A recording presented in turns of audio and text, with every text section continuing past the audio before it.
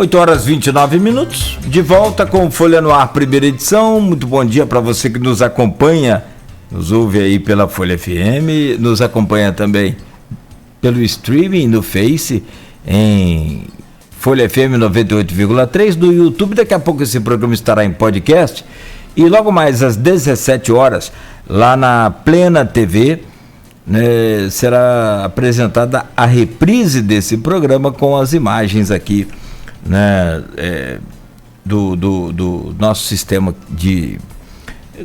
é o Skype, né, que a gente usa.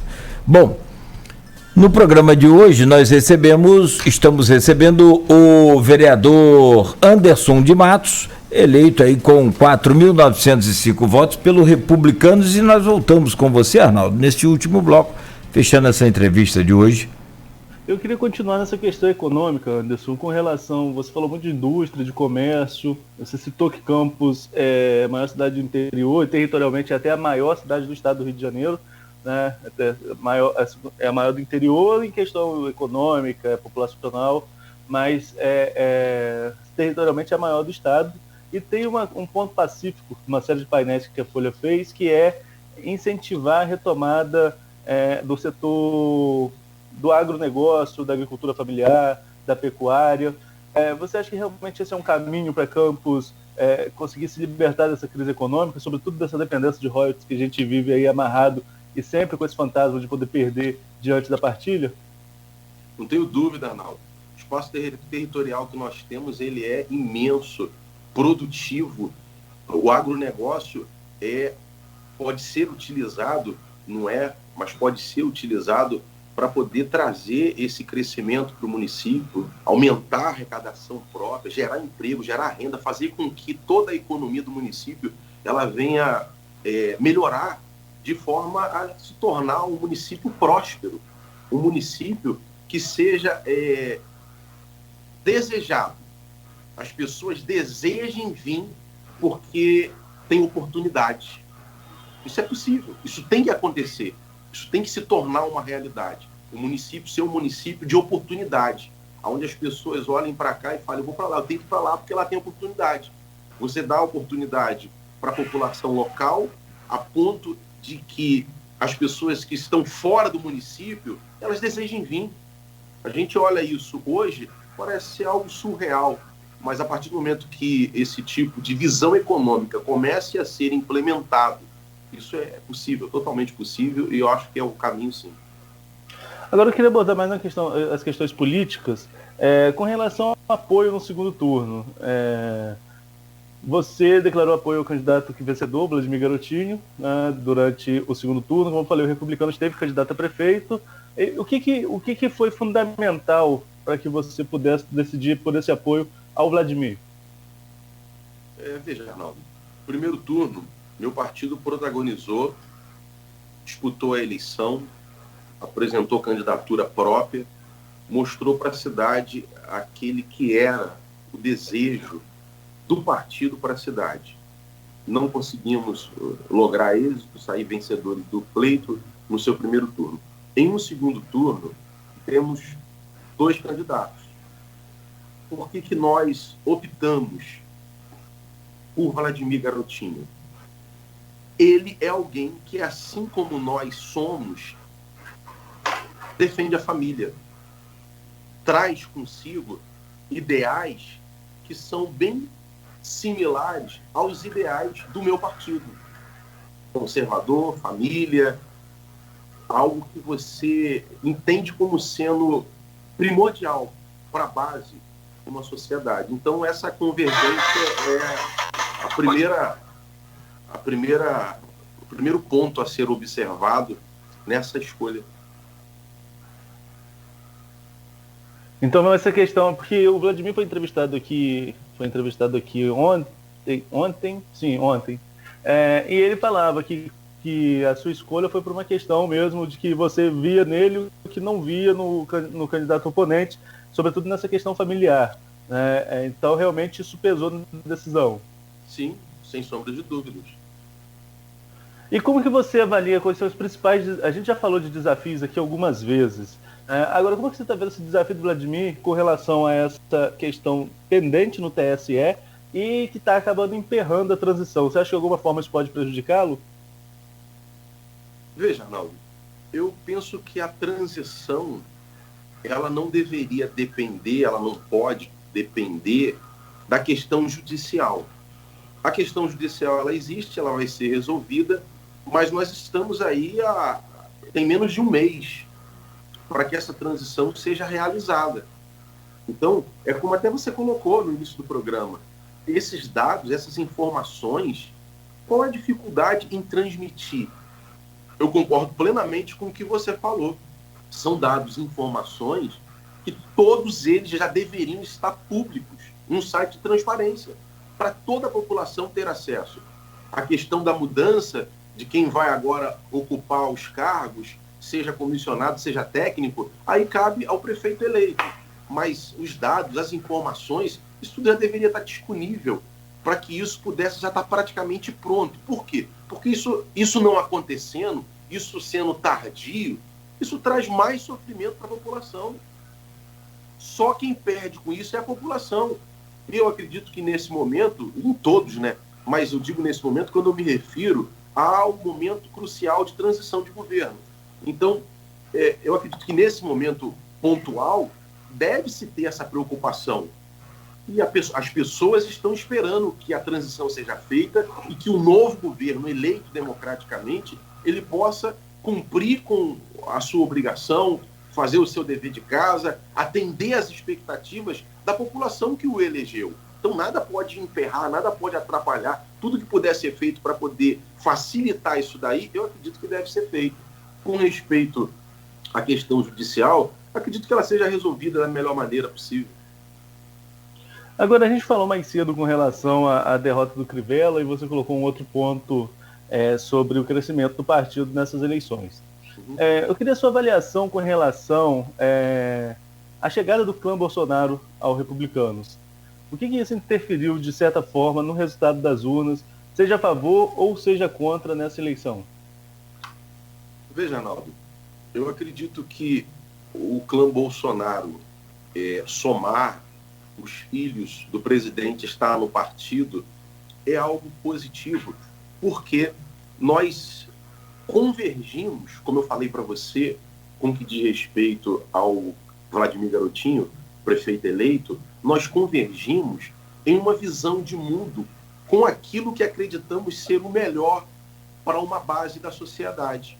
Então, essa convergência, podemos dizer, ideológica, de visão de mundo para a sociedade, eu acredito que isso daí sempre vai ser positivo. Então, somar com quem tem esse tipo de visão política, ideológica, eu acredito que sempre vai ser positivo, independentemente de resultados. Agora, aqui em Campos, por exemplo, Bolsonaro teve 65% dos votos no segundo turno da eleição. E havia uma disputa ali pelo voto bolsonarista por alguns candidatos. Os republicanos, naturalmente, onde estão os filhos do presidente, como você mesmo colocou, alguns dos, o Eduardo ainda não pode por questão de fidelidade partidária. Você teve ali a disputa entre o Tadeu, do Republicanos, o Jonathan Paz, que dizia ser o único que era Bolsonaro desde o início, e você tinha ali também duas candidaturas a vice, uma do Cláudio Rangel e outra do próprio Caio Viana, com a Gilmara do PSL, que tentavam de alguma forma pegar um pouco desse voto bolsonarista. Sendo que nas urnas, na prática, isso não se concretizou, não houve essa transferência de votos. Por quê? Por que não há essa transferência? Por exemplo, o fato de Tadeu ser do partido dos filhos do Bolsonaro, isso não credenciaria buscar esses votos? Por que isso não deu certo, no seu ponto de vista? Veja, eu acredito que transferência de voto é algo que acontece de uma forma muito pontual, depende muito de uma série de fatores e que vai da visão do eleitor. É uma decisão pessoal que acontece na hora da urna. Não tem como nós pararmos para poder mensurar. Vai acontecer dessa forma, as pessoas que votaram no presidente, agora elas vão votar nesse candidato que representa o presidente ou que se identifica mais com o presidente, com a ideologia do presidente. Não tem como isso daí ser mensurado e ser algo pontual, que realmente gravou é o que vai acontecer. É uma decisão muito pessoal do eleitor na hora da urna. Agora, esse voto da direita de Campos, né, que a gente tem o voto conservador, o voto de direita, você acha que ele ficou solto nessa eleição ou ele se concentrou mesmo nos candidatos de direita? Qual é o seu ponto de vista da questão ideológica mesmo? Olha, Arnaldo, eu acredito que o voto da direita, houve uma concentração muito grande dele dentro do Republicanos. Tanto que nós fomos o segundo mais votado dentro do pleito, dentro da corrida eleitoral. Então eu vejo sim que esse voto da direita ele canalizou muito, muito bem para os Republicanos, que hoje é público e notório, é tido considerado entre os 10 principais partidos de direita do país. E isso ficou visto, ficou público, ficou claro para todo mundo dentro do município de Campos. Agora, numa questão macro, né, pensando no país como um todo, o resultado dessas eleições parece que nós saímos um pouco do espectro da direita e demos uma puxadinha para o centro, e aí pode oscilar entre centro-direita e centro-esquerda. Você acha que esse é o caminho que está se desenhando para a próxima eleição? Olha, Arnaldo, eu não enxergo dessa maneira. Eu enxergo, qual é a minha visão, a minha ótica da coisa? Eu acredito que não foi para o centro. Por exemplo, vou falar para você do meu partido. Meu partido é um partido de centro-direita. Qual é o posicionamento de centro do meu partido? Meu partido tem um posicionamento de centro de ser equilibrado, moderado, sem extremismo, sem radicalismo. Temos aquilo que nós acreditamos, a ideologia que acreditamos, como eu já falei para você e repito, aquilo que acreditamos como sendo o melhor para a sociedade, mas isso não é imposto, isso não é obrigado para as pessoas, isso não é algo que a gente vai enfiar a goela abaixo nas pessoas. Não há radicalismo, não há extremismo. Então, essa condição de centro, ela não perde, ela não deixa de ter a identidade ideológica partidária de direita. O posicionamento de centro do meu partido é simplesmente essa mensagem a ser emitida. Não somos radicais. Não somos aquelas pessoas que vão ter um posicionamento extremo, de forma alguma. Isso não vai acontecer nunca. Então, eu acredito que, falo de forma local e de forma macro, de forma nacional, eu acredito que permanece essa visão das pessoas conservadora, como sendo o conservadorismo, a visão conservadora, política e ideológica, como sendo algo, como eu disse para você, vou repetir mais uma vez, sendo algo como o melhor para a sociedade. Eu vejo dessa maneira. Agora, a gente conversou muito sobre saúde, sobre a situação de Campos, que é realmente delicada no mínimo, né, para não usar outro termo. Mas, assim, a gente não falou muito sobre essa questão da pandemia. Como que você vê a política de enfrentamento à pandemia em todas as esferas, seja ela municipal, a estadual e a federal? Veja, eu acredito que a política de enfrentamento ela tem que ser de uma forma equilibrada.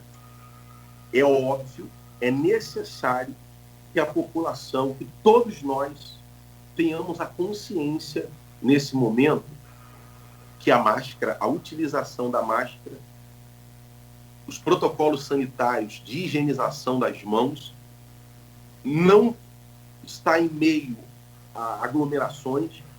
Isso daí é algo que tem que ser observado com muito rigor por todos. A população, todos nós, temos que ter essa maturidade. Em um primeiro momento, houve aquela necessidade aparente de isolamento social, de ninguém ir para a rua, de lockdown. Aquilo ali pode ter até acontecido em um primeiro momento diante do ambiente escuro, da escuridão que nos encontrávamos no início de uma doença nova para todo mundo. Agora não é mais o caso.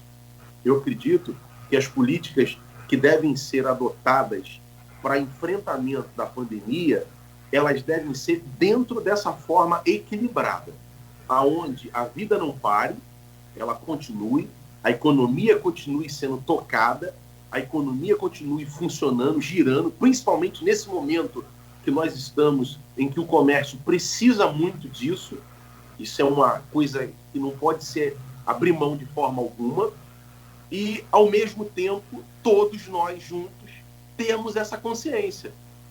Tem que existir essa maturidade em todos nós. Eu não vou dizer a população, eu vou dizer todos nós. Temos que ter essa maturidade. Foi para a rua, você tem que estar de máscara. Você tem que evitar a aglomeração. Você tem que manter os protocolos de higiene sanitária. Isso aí é fundamental. Isso daí é algo que não pode se abrir mão de forma alguma. Mas você não pode simplesmente pegar agora e resolver que vai fechar tudo.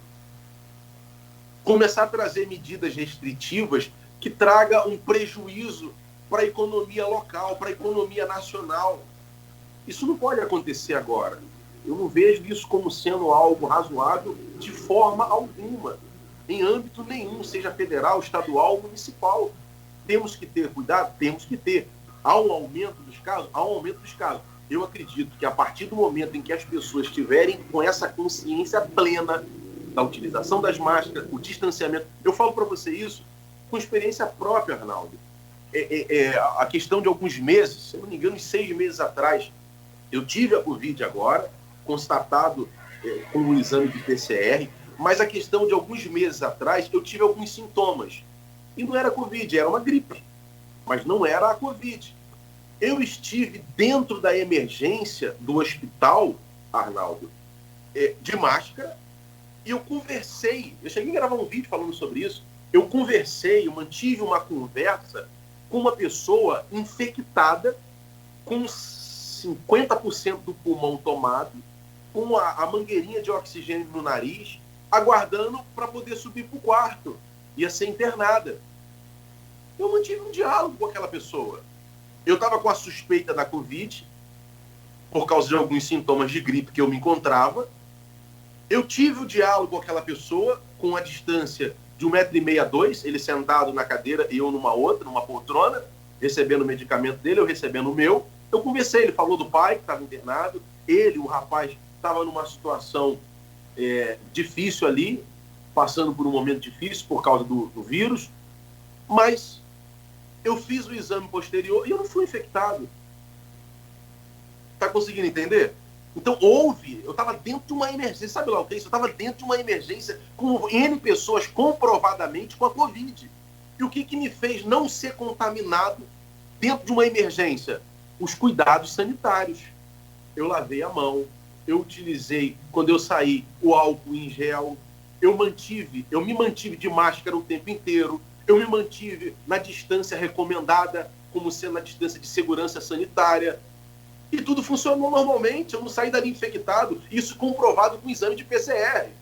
Então, esse entendimento prático, empírico, que eu tive dentro de uma emergência, os médicos já têm, as autoridades sanitárias já têm.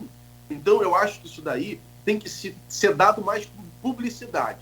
As pessoas têm que estar mais conscientes disso, para que elas venham pôr isso daí na prática, no seu dia a dia, no trabalho, na escola, no banco, aonde quer que seja, para que a vida não pare, para que a economia não pare e a situação pandêmica não se torne pior, muito pior do que tudo que já está acontecendo. Você tem aí uma desgraça a nível mundial acontecendo. Poxa vida, são milhares de mortes, milhões já de mortes acontecendo no mundo inteiro. Algo triste, doloroso, lamentável. Quantas famílias, meu Deus do céu, não estão sofrendo a perda de um ente tão querido por conta desse vírus maldito que está trazendo essa dor para o nosso país, para o mundo inteiro. Mas eu, de forma leiga, cheguei a essa constatação. Mas já existem autoridades. O que eu quero que as pessoas entendam é que já existem autoridades que podem falar sobre isso com propriedade para as pessoas e orientá-las, e isso ser seguido. É possível isso ser seguido pela nossa população, tanto local como nacional. Mas eu confesso para você que eu ainda não vi alguém, uma autoridade sanitária, chegar de forma corajosa e explicar para as pessoas de forma bem mastigada para que elas possam entender isso. Eu vejo uma coisa muito superficial.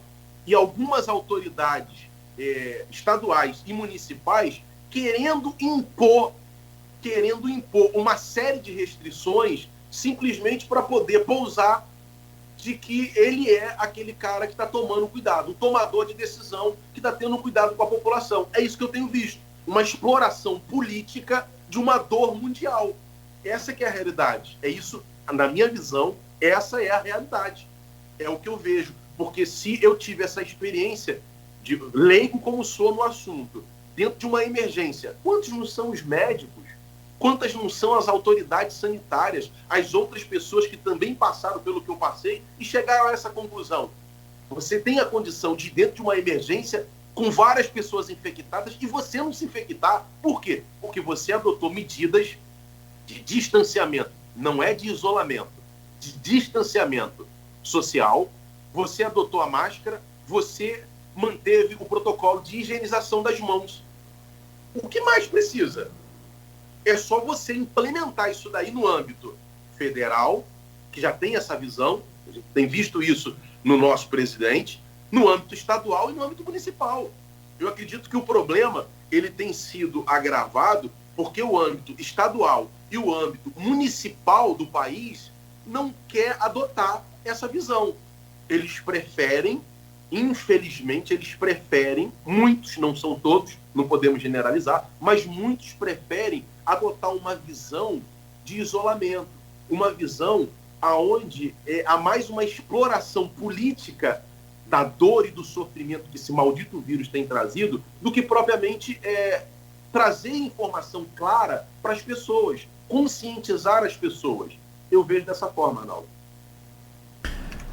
Muito bem, vereador, queremos agradecer a sua presença aqui no programa, são 8h50, avançamos um pouco, mas com certeza valeu a pena, foi um prazer recebê-lo aqui, boa sorte aí no seu mandato e parabéns aí mais uma vez pela sua vitória expressiva acima de tudo.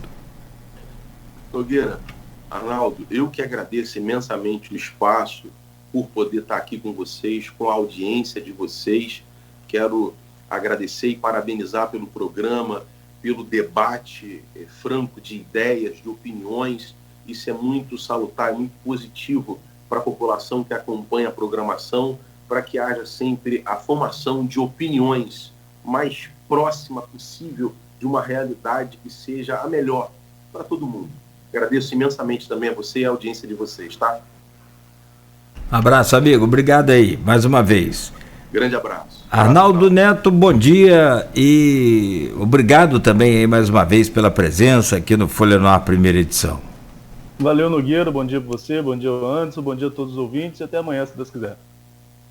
Grande abraço. Grande abraço. São 8h52, ficamos por aqui com o Folha no Ar, primeira edição, que volta amanhã às 7h no oferecimento dos laboratórios Plínio Bacelar e Clínica Proteus. Você segue na Folha FM com música de qualidade e informação em primeira mão.